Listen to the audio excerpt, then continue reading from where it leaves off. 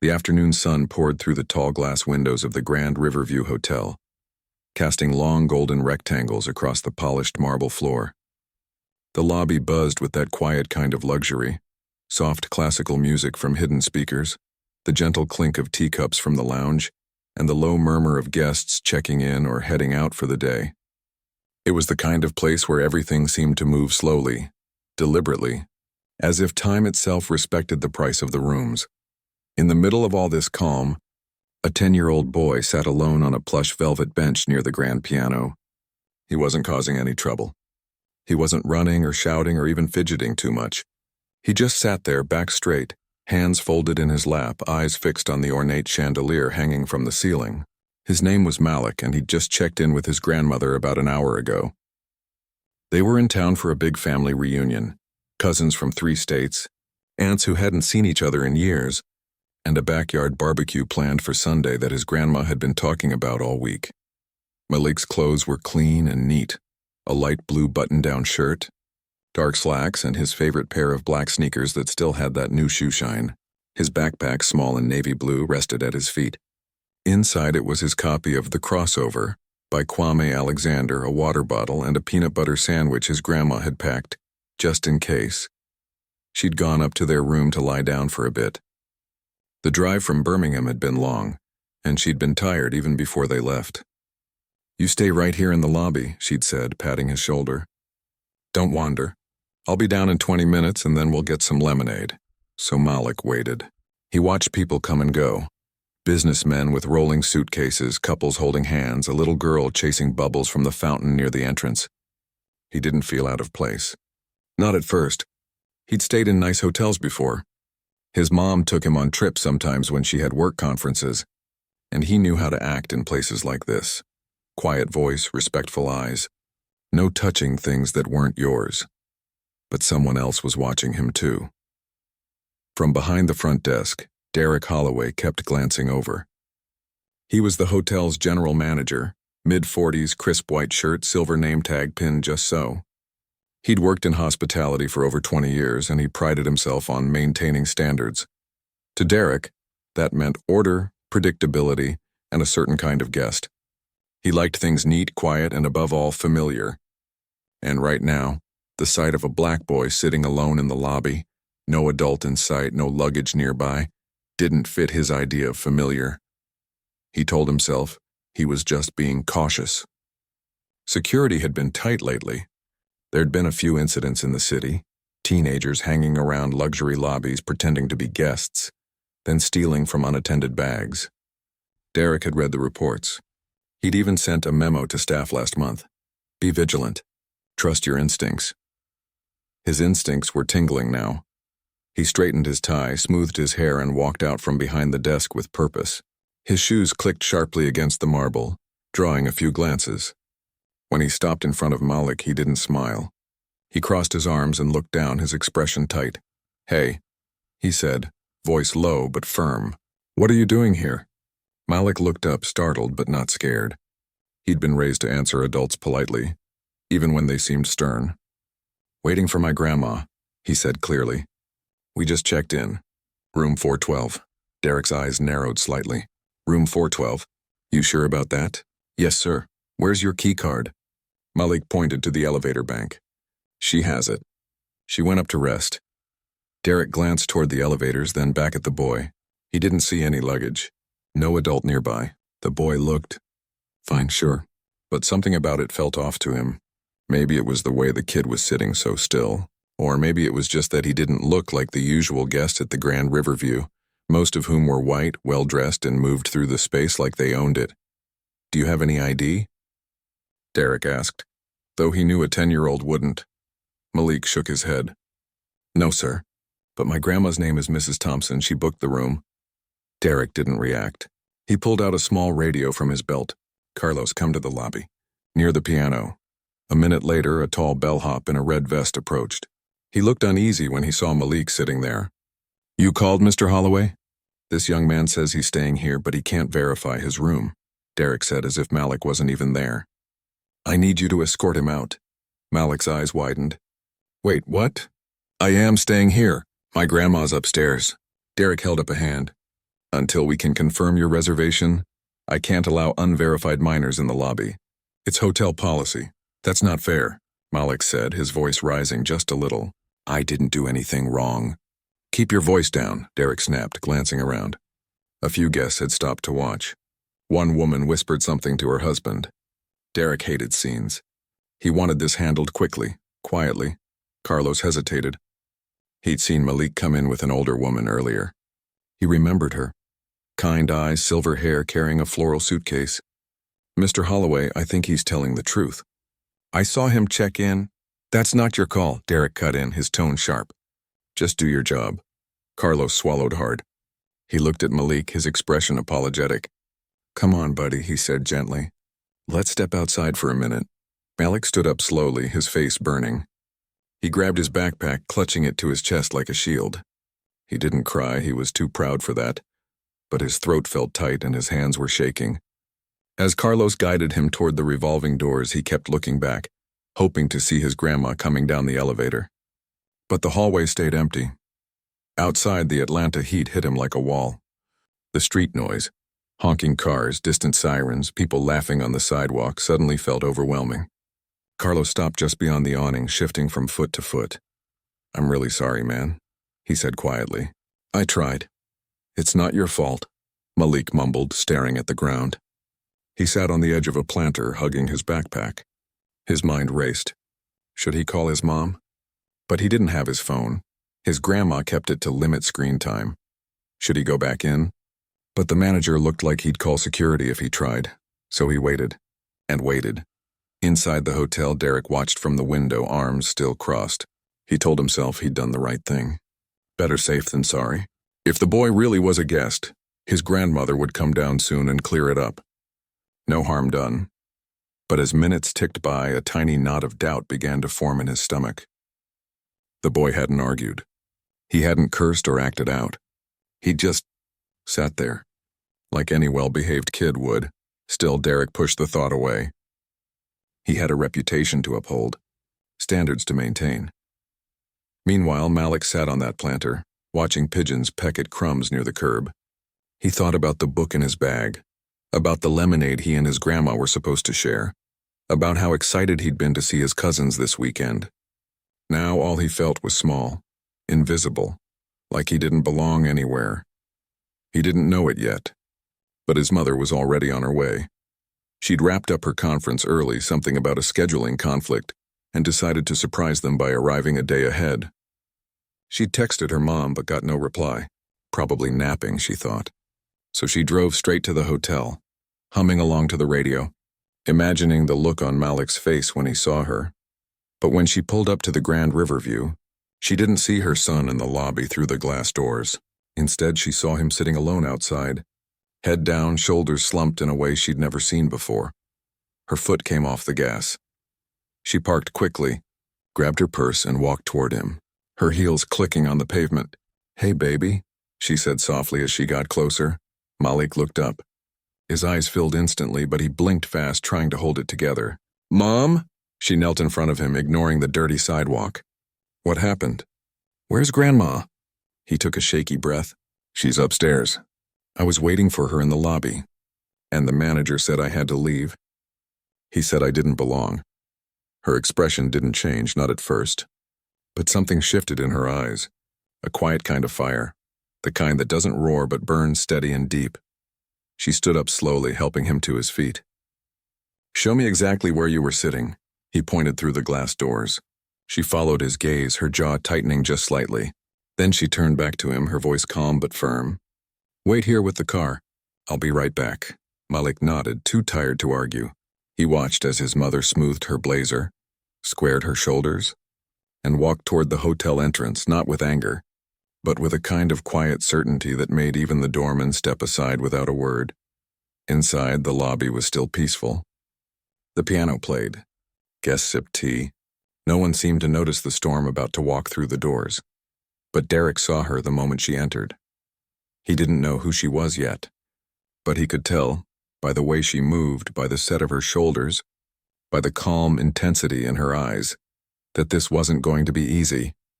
And for the first time all day, Derek Holloway felt a flicker of real fear. He didn't know her name.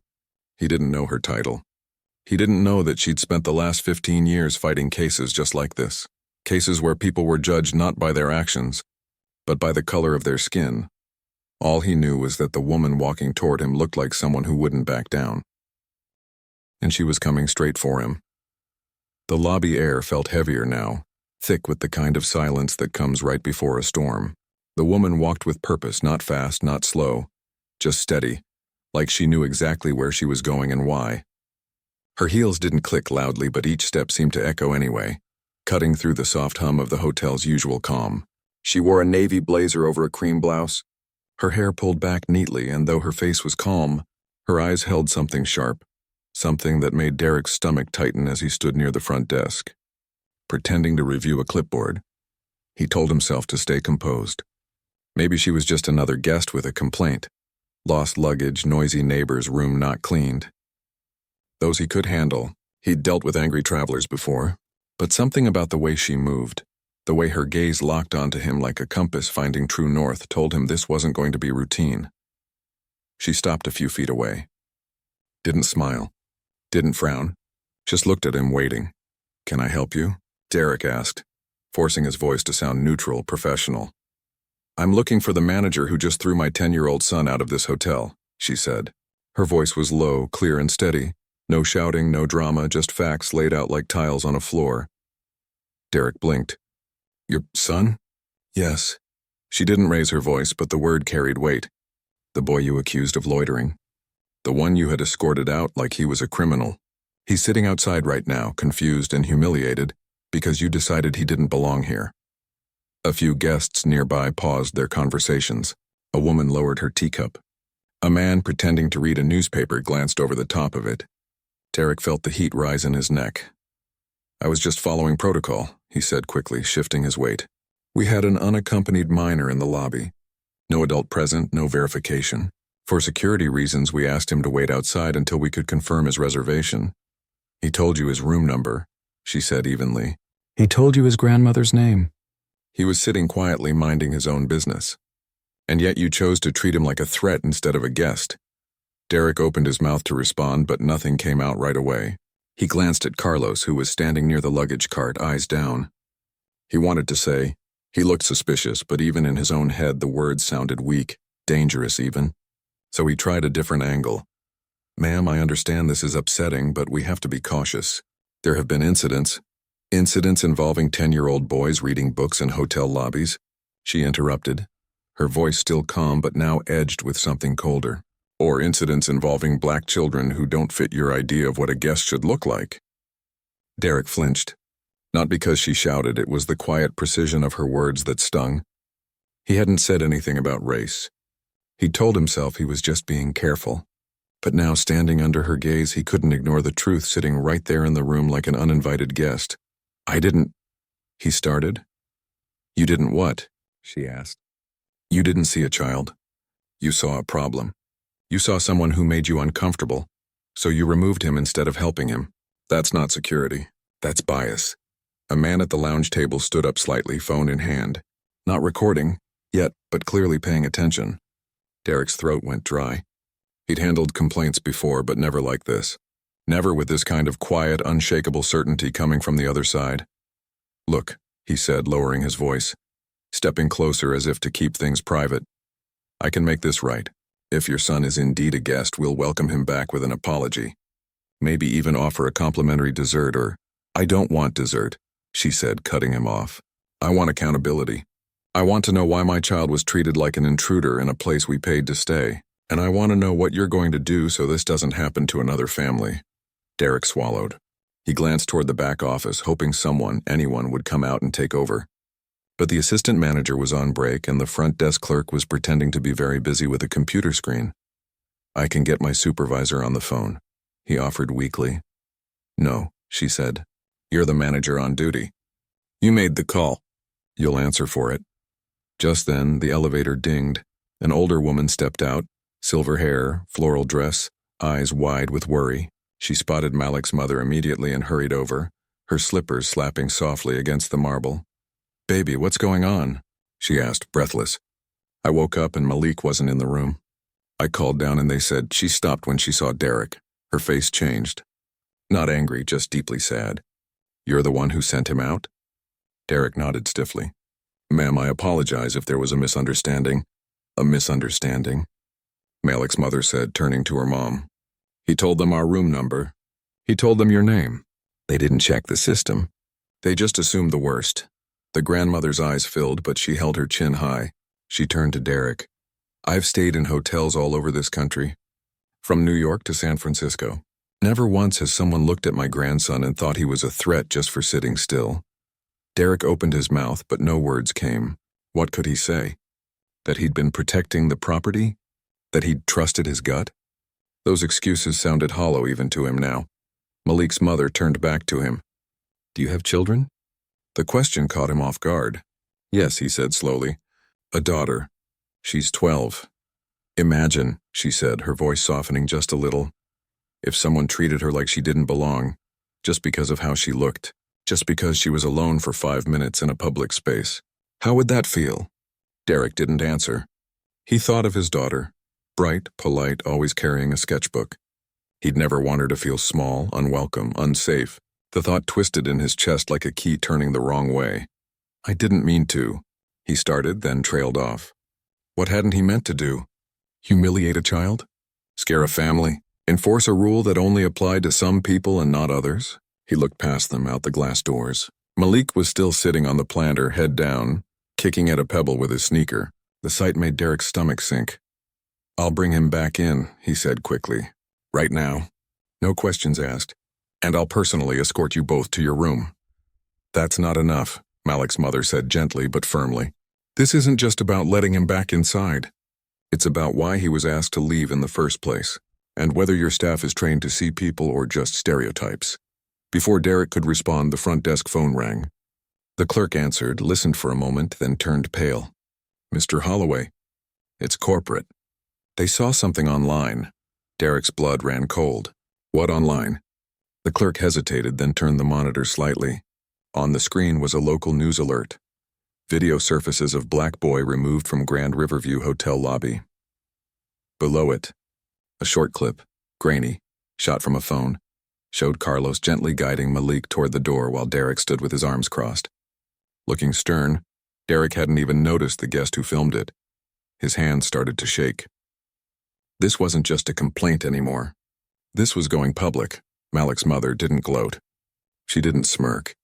She just watched him, her expression unreadable. You have a choice now, she said quietly. You can double down and pretend this was just a mistake, or you can admit what really happened and do something real to fix it. Derek looked at the floor. He thought about his job, his reputation, the review he was up for next quarter. But more than that, he thought about the boy outside, the way he'd held his backpack like it was the only thing protecting him from the world. I don't know what to do, he admitted, voice barely above a whisper. Start by apologizing, she said. Not to me. To him, Derek nodded slowly. He walked toward the doors, his polished shoes feeling heavier with every step. Outside, the heat wrapped around him like a blanket. Malik looked up as he approached, eyes guarded. Hey, Derek said, crouching slightly so he wasn't towering over him. His voice cracked a little. I owe you an apology. Malik didn't say anything, just watched him. I was wrong, Derek continued. You didn't do anything wrong. You were respectful, you told the truth, and I should have believed you. Instead, I let my own assumptions get in the way. And that wasn't fair to you. Malik studied his face for a long moment. Then quietly he said, Why did you think I didn't belong? The question hit Derek like a punch. He could have lied. Said it was policy, said it was a busy day, but something in the boy's eyes made him tell the truth. Because I was scared, he admitted. Not of you, but of getting it wrong. Of letting someone in who shouldn't be here, and instead of checking, I just assumed. Malik nodded slowly. My mom says people do that a lot. Assume things about us before they even talk to us. Derek felt his throat tighten. She's right. Inside the hotel, Malik's mother watched through the glass. She didn't smile, but her shoulders relaxed just a fraction. She knew this wasn't over, not by a long shot. But it was a start. She turned to her mother. Let's go get him. They walked out together, the three of them meeting in the warm Atlanta afternoon. Derek stood as they approached, unsure if he should stay or go. "Thank you for the apology," Malik's mother said, "but this hotel needs more than words. They need change." "I know," Derek said, "and I'll make sure it happens." She looked at him for a long moment, then gave a small nod. Not forgiveness, just acknowledgement. As they walked back inside, heads held high, guests parted slightly to let them pass. No one clapped. No one cheered. But the air in the lobby had shifted. The music still played, the chandelier still sparkled, but something invisible had cracked open, and light was starting to get in. Derek stood there for a moment watching them go. Then he turned and walked back to the front desk, his mind racing. He picked up the phone. Not to call corporate, not to make excuses. He called the regional director. "We have a serious issue," he said, voice steady now, "and I need your help to fix it before it's too late." Outside, a breeze picked up, rustling the trees along the street. Somewhere down the block, a street musician started playing a soulful tune on a saxophone, and inside the Grand Riverview Hotel, the first real conversation about fairness, fear, and belonging was just beginning. The regional director arrived less than an hour later, stepping out of a black sedan with a calm expression and a leather portfolio tucked under her arm. Her name was Linda Cho, and she'd been with the hotel group for over a decade. Known for her sharp eye, steady hand, and zero tolerance for anything that risked the brand's reputation. She didn't rush. She didn't panic. But the moment she walked through the Grand Riverview's doors, the entire staff seemed to hold their breath. Derek met her just inside the lobby, his shirt slightly rumpled, his usual polished composure frayed at the edges. He'd spent the last 40 minutes replaying every second of what happened, trying to figure out how he'd let it spiral so far. He'd reviewed the security footage himself, watched Malik sit quietly, watched himself approach with arms crossed, watched the moment Carlos led the boy out while guests looked on. It wasn't just bad judgment. It looked cruel. Linda didn't say much at first. She listened as Derek explained, his voice low, stumbling over words like assumption and protocol and "I didn't realize." She nodded, but her eyes stayed neutral, neither angry nor forgiving. When he finished, she simply said, "Where are they now?" "In the lounge," Derek replied. "They agreed to stay while we figure this out." Linda adjusted her glasses and walked toward the seating area near the windows. There, Malik sat with his grandmother, sipping a glass of lemonade the hotel had hastily provided. His mother stood nearby, arms crossed, not drinking anything, just watching the room with quiet alertness. She looked tired but not defeated. If anything, she seemed more resolved. Linda approached with a warm, professional smile. "Hello, I'm Linda Cho, regional director for this hotel group. I want to personally apologize for what happened today." Malik's mother didn't return the smile, but she nodded. "Thank you for coming." "I've reviewed the situation," Linda continued, keeping her voice low and respectful. "And I want you to know we take this extremely seriously.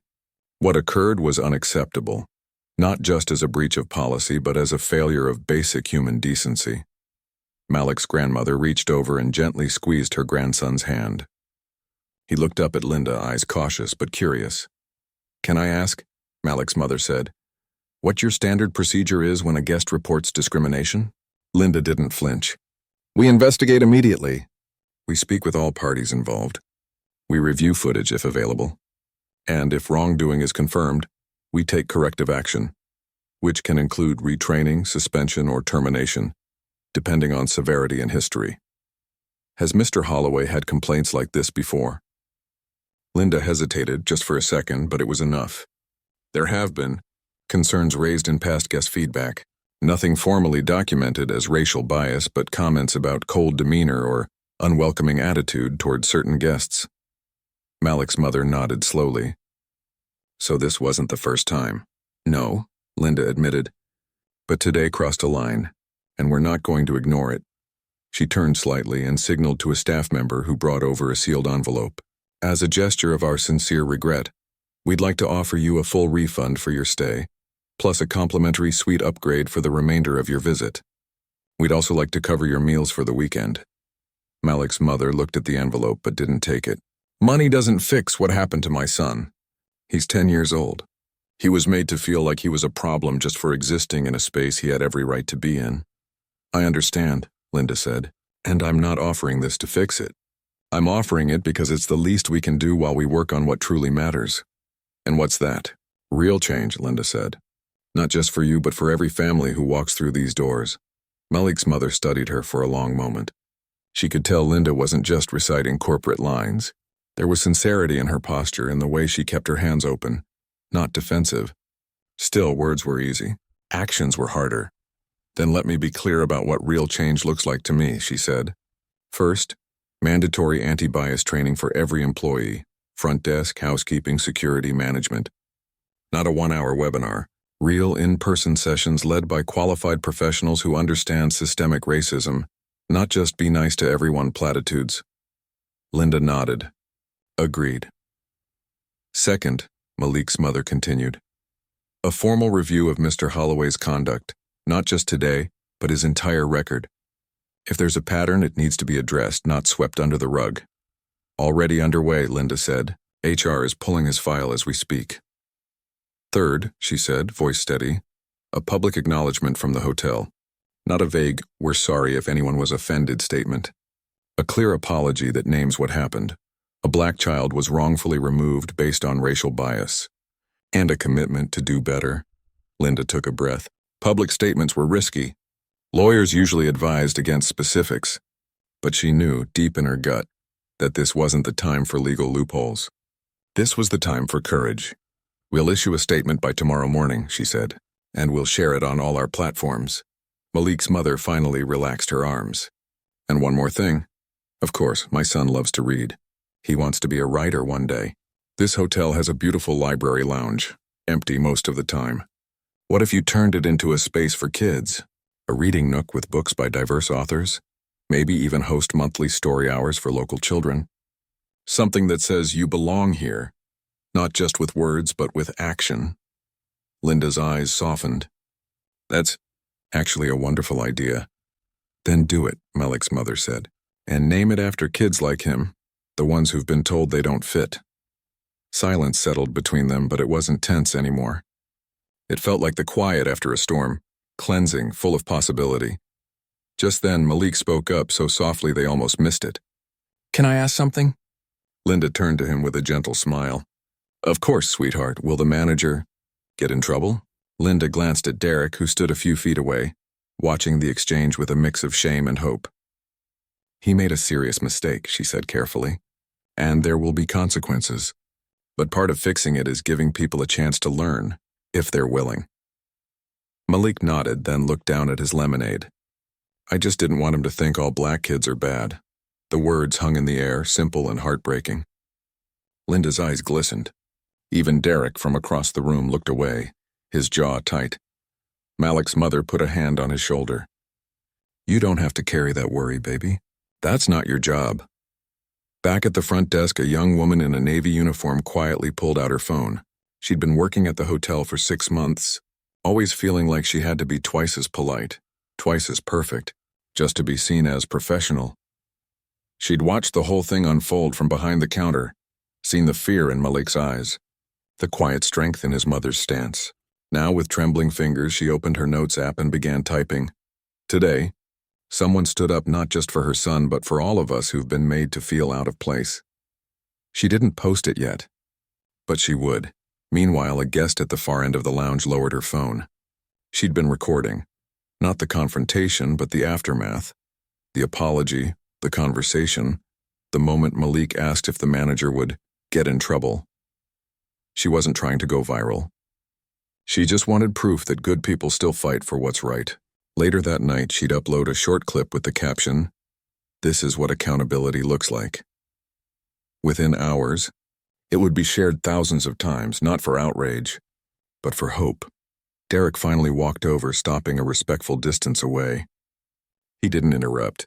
He just waited until Malik's mother looked at him. I've spoken with HR, he said, voice rough. They're starting the investigation tonight. And I've already signed up for the first anti-bias training session next week, even if I'm not required to. She studied him. Why? Because I need to understand, he said. Not just what I did wrong, but why I did it. I thought I was being careful, but I was being scared, and that fear made me unfair. She didn't say, "I forgive you." She didn't say it's okay, but she gave a small nod. Acknowledgement, not absolution. "Good," she said. "Now make sure no other child has to go through what mine did." As the afternoon light began to fade, painting the lobby in soft amber tones, the hotel staff moved differently. The front desk clerk greeted guests with more warmth. The bellhop offered to carry bags without being asked. Even the pianist, who usually played classical pieces, switched to a gentle rendition of "Lean on Me." No one announced the shift. It just happened, like the air had been cleared. Linda stayed for another hour, finalizing next steps with her team. She arranged for the training to begin within 10 days. She approved the Reading Nook proposal on the spot, and she made it clear. Derek would remain on administrative leave during the investigation, not as punishment, but as space for reflection. Before she left, she knelt beside Malik. "You've got a big heart," she said quietly. "And a strong voice. Never stop using it," he smiled, a real one this time. "Okay." As her car pulled away from the curb, the sun dipped below the skyline, casting long shadows across the street. Inside the hotel, Malik and his grandmother finally headed up to their room. Lemonade finished, tension eased. His mother lingered for a moment in the lobby, watching the space that had felt so cold just hours before. Now it felt different. Not perfect, not fixed, but possible. She walked out into the warm evening, not with anger, but with purpose. She knew the work wasn't over. Bias didn't vanish because one manager apologized. But today a line had been drawn and someone had stood on the right side of it. And sometimes, that's how change begins, not with a roar but with a single steady voice saying, "This is not okay." Down the street, the saxophone player was still at it. His music drifting on the breeze, sweet, soulful, and full of second chances. The next morning, the city woke up to a different kind of buzz. Not the usual traffic horns or construction noise, but the quiet hum of a story spreading. It started with a short video clip posted late the night before. Grainy but clear enough to show a boy in a blue shirt being led out of a fancy hotel lobby, while a man in a crisp white uniform stood with his arms crossed. The caption read, "He was just waiting for his grandma." They treated him like a criminal. By sunrise, it had been shared over 10,000 times. Local news stations picked it up. Community groups reposted it with messages like, "This happens more than you think." Parents commented, "My son looks just like him. What if that was us?" Teachers shared it in staff chats. Even a few hotel workers from other chains whispered, "We've seen this too." At the Grand Riverview, the front desk phone started ringing before 7 a.m. Some callers were angry, demanding to cancel their reservations. Others were supportive, asking how they could help. A few just wanted to know, did you really do that to a child? Inside the manager's office, now temporarily occupied by a corporate liaison, Linda Cho reviewed the final draft of the hotel's public statement. She'd rewritten it 3 times, cutting out every corporate phrase that sounded hollow. No regret, any inconvenience. No isolated incident. Just plain words. "We failed a young guest yesterday. He was removed from our lobby not because he broke a rule, but because of unconscious bias. That is unacceptable. We are taking immediate steps to ensure it never happens again." She hit publish just after 8 a.m. Within minutes, replies flooded in, some skeptical, some grateful, many watching closely to see if actions would follow words. Meanwhile, across town, Malik's mother sat at her kitchen table with a cup of coffee, scrolling through her phone. She hadn't planned for any of this to go public. She'd only wanted justice for her son. But now that it was out there, she felt a strange mix of exhaustion and resolve. She knew the spotlight could be harsh, but it could also be healing if used right. Her phone buzzed. It was a message from a local nonprofit that worked with youth and racial equity. "We saw what happened. We'd be honored to partner with the hotel on the training program, if you're willing to help shape it." She typed back, "Yes, let's make it real." Back at the hotel, Derek sat in his living room, blinds drawn, still in yesterday's clothes. He hadn't slept much. Every time he closed his eyes, he saw Malik's face, the confusion, the hurt, the quiet dignity, even in humiliation. He kept replaying his own words, unverified minor, security concern. They sounded so clinical, so cold, nothing like the truth. I was uncomfortable, so I made him leave. His daughter found him there around 9, still staring at the wall. She'd seen the video online. Her friend had sent it with a note. "Is that your dad?" She didn't say anything at first, just sat beside him on the couch. After a long silence, she asked, "Did you really think he didn't belong?" Derek looked at her, really looked, and saw not just his child but the kind of person he hoped she'd grow up to be. Thoughtful, fair, unafraid to ask hard questions. "No," he said honestly. "I didn't think at all, I just reacted." She nodded slowly. "Mom says stuff like this happens to black kids all the time, even when they do everything right." Derek swallowed. "I'm trying to understand that now." "Good," she said, standing up. "Because if you don't fix it, someone else will have to." Her words stayed with him long after she left the room. By midday, the hotel's corporate office had approved every item Malik's mother had requested. Anti-bias training would begin the following week, led by a respected local organization. Derek's personnel file was under full review, not just by HR but by an external ethics consultant, and plans for the children's reading nook were already being sketched by the events team. But the most surprising development came from an unexpected place: the staff. During the lunch break, a group of housekeepers, bellhops, and front desk clerks gathered in the employee lounge, not to complain but to talk. Many of them had stayed silent yesterday, afraid of losing their jobs if they spoke up. But now, with the story public and leadership listening, they felt safe enough to share. One woman, who'd worked at the hotel for 8 years, said, "I've been told to watch certain guests. Always the ones who look like they don't fit. Never the white guys in suits who leave towels on the floor or yell at us." Another added, "They call it guest profiling, but we all know what it really is." A young man who worked nights said, "I've seen kids like Malik before, sitting quietly, minding their business, and I've seen them get followed, questioned, treated like they're stealing just by breathing." They decided to write a joint letter, not to accuse, but to offer solutions. They asked for regular staff forums on inclusion, clearer guidelines on when to question a guest, hint only if there's actual suspicious behavior, and a suggestion box where employees could report bias without fear. When Linda received the letter that afternoon, she didn't just file it away. She called a meeting for the next day, with staff, not just management. "Real change," she told her team, "doesn't come from the top down. It comes from the people who see it every day." That evening, Malik's mother received a call from the hotel's CEO, not Linda, but the actual head of the entire chain. He didn't offer more free nights or donations. Instead, he said, "We'd like you to join our new Diversity Advisory Council.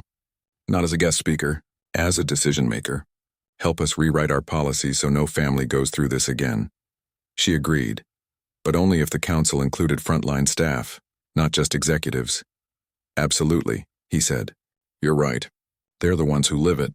The next few days moved fast. News crews showed up outside the hotel, but Linda handled them with grace. No defensiveness, just transparency. "We made a mistake," she told a reporter. "Now we're fixing it. And we're inviting the community to hold us accountable."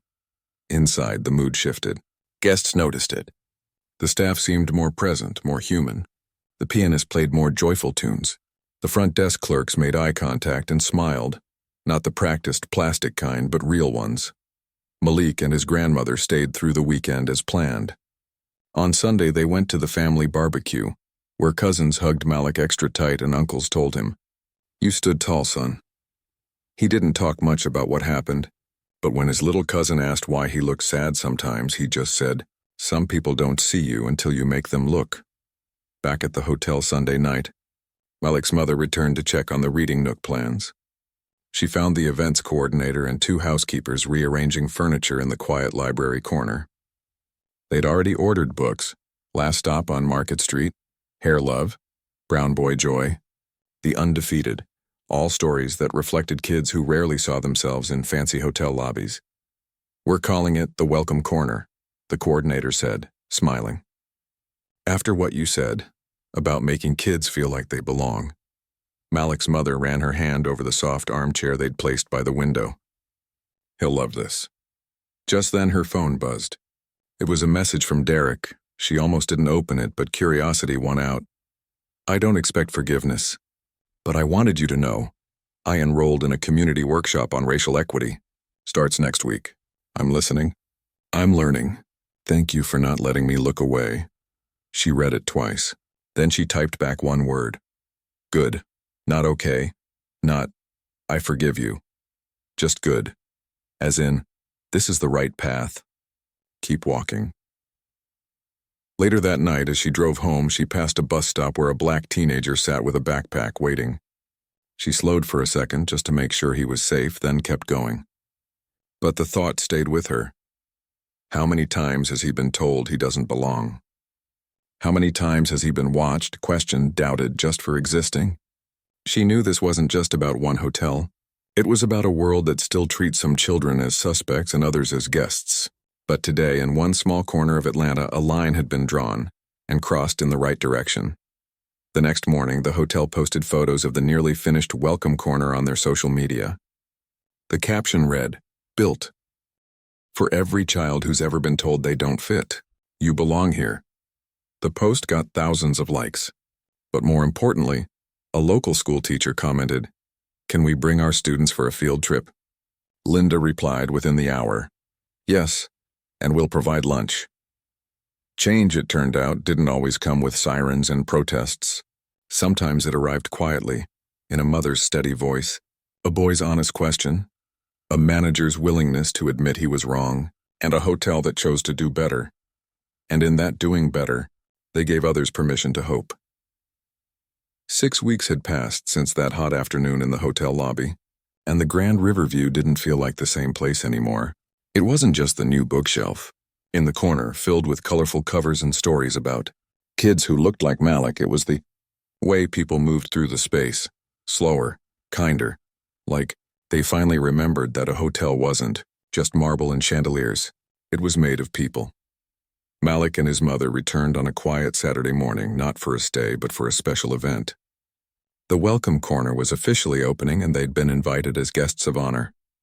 Malik wore a clean white shirt and his same black sneakers, now scuffed from summer adventures, but his eyes held a new kind of confidence. He wasn't the boy who'd sat alone, wondering if he belonged.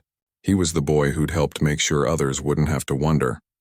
As they stepped inside, the lobby greeted them with warmth. Not the stiff, polished kind from before, but something softer. The pianist played a gentle version of "A Change Is Gonna Come." A few staff members smiled when they saw Malik, real smiles, the kind that reached their eyes. Even Carlos, the bellhop who'd walked him out that day, gave a small nod and said, "Good to see you back, man." Malik nodded back. There was no anger between them, just understanding. They'd both been caught in something bigger than either of them. Linda Cho met them near the front desk, her usual professional calm now mixed with genuine excitement. "You made it," she said, shaking Malik's mother's hand and crouching slightly to greet him. "We've been waiting for you." The welcome corner had been transformed. Sunlight poured through tall windows onto plush beanbags. A low wooden table with drawing supplies and shelves lined with books by authors like Jacqueline Woodson, Jason Reynolds, and Derek Barnes. A small sign on the wall read, "For every child who's ever been told they don't belong, you do." Malik walked in slowly, running his fingers over the spines of the books. He picked up a copy of The Day You Begin and smiled. "They have this one at my school library," he said softly. "We got it because you mentioned it," Linda said. "Your mom told us it's your favorite." He looked up, surprised. "She remembered?" "Of course she did," his mother said, placing a hand on his shoulder. "She remembers everything about you." A small group had gathered for the opening, hotel staff, a few local teachers, parents from a nearby community center, and even the nonprofit team that helped design the space. No cameras from big news stations this time. Just real people there because they cared. Linda stepped forward. "This corner isn't just about books," she said, her voice clear but gentle. "It's about sending a message every child is welcome here. Not just as a guest, but as someone who matters." Then she turned to Malik. "Would you like to say a few words?" Malik hesitated. He wasn't used to speaking in front of people, but he looked at his mom, who gave him an encouraging nod, and took a deep breath. "I didn't think I'd ever come back here," he began, voice quiet, but steady.